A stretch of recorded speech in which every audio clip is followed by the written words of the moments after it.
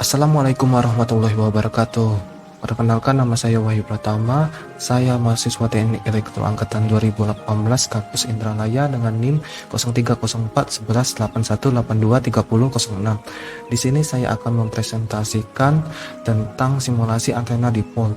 Tetapi sebelum itu, marilah kita mulai dengan dasar teori terlebih dahulu. Adapun dasar teori tentang antena adalah suatu piranti yang digunakan untuk merambatkan dan menerima gelombang radio atau elektromagnetik. Pemancaran merupakan suatu proses perpindahan gelombang radio atau elektromagnetik dari saluran transmisi ke ruang bebas melalui antena pemancar. Sedangkan penerimaan adalah satu proses penerimaan gelombang radio atau elektromagnetik dari ruang bebas melalui antena penerima. Karena merupakan perantara antara saluran transmisi dan udara, maka antena harus mempunyai sifat yang sesuai atau match dengan saluran pencatunya. Secara umum, antena dibedakan menjadi antena isotropis, antena omnidireksional, antena direksional, antena phase array, antena optimal, dan antena adaptif. Antena isotropis merupakan sumber titik yang memancarkan daya ke segala arah dengan intensitas yang sama, seperti permukaan bola. Antena ini tidak ada dalam kenyataan dan hanya digunakan sebagai dasar untuk merancang dan menganalisis struktur antena yang lebih kompleks. Antena omnidireksional adalah antena yang memancarkan daya ke segala arah, dan bentuk pola radiasinya digambarkan seperti bentuk donat dengan pusat berimpit. Antena ini ada dalam kenyataan dan dalam pengukuran sering digunakan sebagai pembanding terhadap antena yang lebih kompleks. Contoh antena ini adalah antena dipol setengah panjang gelombang. Antena direksional merupakan antena yang memancarkan daya ke arah tertentu. Gain antena ini relatif lebih besar dari antena omnidireksional. Bisa dilihat gambar sebagai berikut. Diagram gambar antena. 2.2 Antena dipol. Antena dipol tunggal adalah suatu antena resonan yang mempunyai panjang total nominal setengah lambda pada frekuensi pembawa. Biasanya disebut antena dipol setengah gelombang atau antena dipol tunggal. Antena dipol sebenarnya merupakan sebuah antena yang dibuat dari kawat tembaga dan dipotong sesuai ukuran agar beresonansi pada frekuensi kerja yang diinginkan.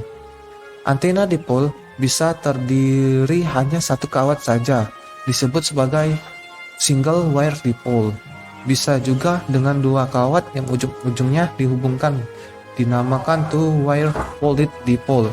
Bisa juga terdiri atas tiga kawat yang ujung-ujungnya disambung, dinamakan three wire folded dipole. Ya, ini gambar dipol setengah lambda. Adapun parameter antena adalah yaitu yang pertama FSWR atau Voltage Standing Wave Radio. FSWR adalah perbandingan antara tegangan maksimum dan minimum pada suatu gelombang berdiri akibat adanya pantulan gelombang yang disebabkan tidak matchingnya impedansi input antena dengan saluran feeder. Dan ini rumus atau persamaannya. Yang kedua, return loss. Return loss merupakan besaran daya pantul atau faktor refleksi yang disebabkan oleh tidak matchnya bebas dengan transmission line dalam dB. Besarnya return loss dapat dirumuskan sebagai berikut. Kedua, bandwidth. Bandwidth merupakan daerah frekuensi kerja di mana antena masih dapat bekerja dengan baik, dinamakan bandwidth antena. Suatu misal, sebuah antena bekerja pada frekuensi tengah sebesar Fc. Namun ia juga masih dapat bekerja dengan baik pada frekuensi Fl di bawah Fc sampai dengan namun ia juga masih dapat bekerja dengan baik pada frekuensi F1 atau di bawah Fc sampai dengan F2 atau di atas Fc. Maka lebar bandwidth dari antena tersebut adalah F1 dikurang F2 dengan batas kenaikan nilai FSWR kurang dari 2. Selain dengan melihat nilai FSWR, bandwidth juga dapat dinilai dari nilai perbandingan S11, di mana bandwidth antena berada pada nilai parameter S11 kurang lebih sama dengan minus 10 dB. Keempat, beamwidth antena. Beamwidth antena adalah besarnya sudut berkas pemancaran gelombang frekuensi radio utama atau main lobe yang dihitung pada titik 3 dB menurut dari puncak main lobe. Besarnya beamwidth dapat dirumuskan sebagai berikut.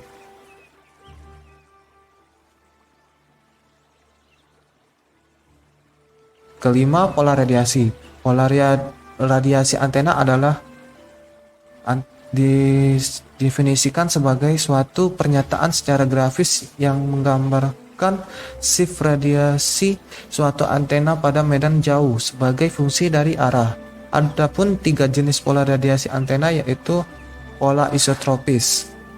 Pola isotropis merupakan antena frekuensi di mana pola radiasi seperti bola menyebar ke segala arah. Dalam kenyataannya tidak dapat direalisasikan, tetapi pola radiasi idealnya sebagai standar.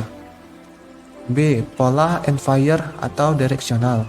Pola end-fire direksional merupakan pola radiasi antena di mana pola radiasi terkuatnya diarahkan ke suatu arah tertentu. Yang C. Pola broadside atau omnidireksional. Pola omnidireksional merupakan pola radiasi antena yang menyebar ke segala arah. Adapun ini merupakan gambar dari sifat radiasi antena. Salah satu karakteristik antena dipol tunggal yang akan dibahas di sini adalah pola radiasi antena. Pola radiasi antena terjadi karena adanya gelombang elektromagnetik yang dipancarkan lewat udara bebas dalam suatu bentuk radiasi atau pancaran tertentu dalam medan radiasi, yaitu medan jauh far field atau Fraunhofer. Pola radiasi antena bisa berubah-ubah berdasarkan nilai parameter yang ditentukan sebagai variabel, misalnya faktor pengali panjang gelombang. Dipol memiliki omnidireksional pola radiasi, berbentuk seperti toroida atau donat, simetris terhadap sumbu dipol. Radiasi maksimum pada sudut kanan dipol jatuh ke 0 pada sumbu antena. Keuntungan maksimum teoritis dari sebuah antena dipol Hertzian adalah 10 log 1,5 atau 1,76 desibel. Keuntungan teoritis maksimum lambda setengah lambda dipol adalah 10 log 1,64 atau 2,15 desibel. Adapun 6, gain adalah besarnya perbandingan intensitas daya yang dipancarkan antena dengan total daya yang diterima. Gain juga merupakan suatu ukuran dalam pengukuran karakteristik antena yang menyatakan kemampuan antena untuk menyerahkan daya. Adapun cara perancangan dan simulasi antena yaitu yang pertama, perhitungan antena dipol pada 700 MHz terlebih dahulu. Antena dipol sebenarnya memiliki sebuah antena yang dapat dibuat dari aluminium dan dipotong sesuai ukuran agar berresonansi pada frekuensi kerja yang diinginkan. Adapun aluminium biasanya memiliki diameter 6 mm. Sehingga rumus untuk menghitung total panjang sebuah antena dipol adalah F untuk frekuensi kerja, di mana F sama dengan frekuensi kerja yang diinginkan, C sama dengan panjang gelombang di udara, L besar adalah panjang total antena dipol, K besar adalah velocity vector yang diambil sebesar 0,95.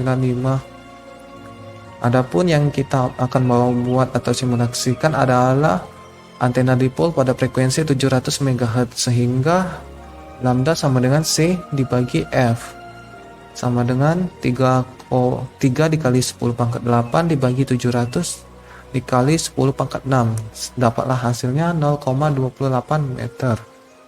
Adapun antena dipol yang kita buat adalah setengah lambda, maka 0,428 dibagi setengah sama dengan 0,214 meter atau dapat dikecilkan sebagai 21,4 cm. Untuk L sama dengan K dikali setengah lambda sama dengan 0,95 dikali 21,4. Hasilnya 20,33 cm. Adapun dibagi lagi menjadi 1/4 lambda sama dengan 10,165 cm. Jadi untuk panjang gelombang total di utara yaitu 0,428 meter. Total sebuah dipol yang memiliki frekuensi 700 MHz yaitu 2,33 cm. Karena antena dipol ini setengah lambda, maka total ini dibagi 2 sehingga 10,165 cm tiap 1/4 lambda dipol. Kemudian untuk menghitung lebar gap menggunakan rumus seperti ini. J sama dengan L dibagi 200 sama dengan 2,33 dibagi 200 sama dengan 0,101 cm, atau bisa juga diubah satuannya menjadi milimeter yaitu 1,01 mm. Setelah mendapat perhitungan di atas, selanjutnya yaitu melakukan simulasi pembuatan antena dipol. Langkah-langkah pembuatannya yaitu yang pertama menyiapkan software GST Studio Suite di PC yang akan digunakan. Yang kedua melakukan perhitungan seperti yang di atas. Yang ketiga membuka aplikasi GST Studio Suite, kemudian membuat new template. Setelah tampil, create project template, pilih microwave dan RF optical. Selanjutnya antennas. Untuk workflow pilih wire, solver pilih time domain, unit dibiarkan default. Untuk frekuensi minimum isi 600 MHz dan frekuensi maksimum isi 800 MHz. Dan untuk monitor checklist A file, H file, dan var file. Apabila telah membuat new template, selanjutnya membuat parameter sesuai dengan perhitungan di atas sebelumnya. Selanjutnya, membuat desain model dari antena seperti gambar di bawah ini. Jika sampai tahap ini, maka pembuatan simulasi antena sudah selesai. Nah, selanjutnya kita akan melanjutkan untuk melakukan simulasi pada GST Studio Suite-nya. Yang mana ini sesuai dengan perhitungannya sebelumnya, radiusnya 1,5 dan panjang antara dipolnya 2,14 dan untuk gapnya 1,01 mm sesuai perhitungan tadi. Adapun pada komponen antena dipol terbagi dari dua tabung ini. Yang saya gunakan untuk simulasi ini bermaterial PEC, dan untuk feednya menggunakan vakum atau ruang hampa.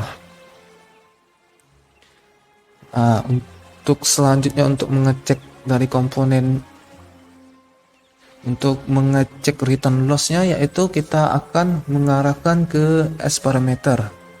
Nah, di sini dapat dilihat bahwa return loss yang dihasilkan pada antena dipol ini yaitu sebesar min 7,20 dB, dan untuk bandwidthnya yaitu kita menghitung dari yang di sini, dari frekuensi maksimumnya dikurang frekuensi minimum, yang dapat dihasilkan 800 dikurang 600, yang berarti bandwidthnya yaitu sekitar 200 MHz. Yang selanjutnya untuk FSWR, nah dapat dilihat FSWR berada di nilai 2,6. Yang untuk selanjutnya untuk melihat bandwidth dapat dilihat bahwa bandwidthnya berada di 76,4 degree. Ini salah, ini masih dalam bentuk 3D. Dapat dilihat di sini dalam bentuk masih diagram, dapat dilihat di sini 76,4 degree. Selanjutnya yaitu untuk mengetahui gain, kita kembalikan lagi dalam bentuk 3D. Di sini dapat terlihat bahwa gainnya yaitu 2,200 dB visible.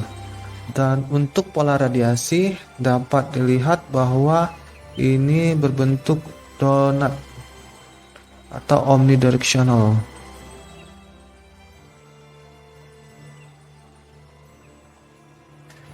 Sekian presentasi yang dapat saya sampaikan. Lebih dan kurang saya minta maaf. Pada Allah saya mohon maaf. Terima kasih. Wassalamualaikum warahmatullahi wabarakatuh.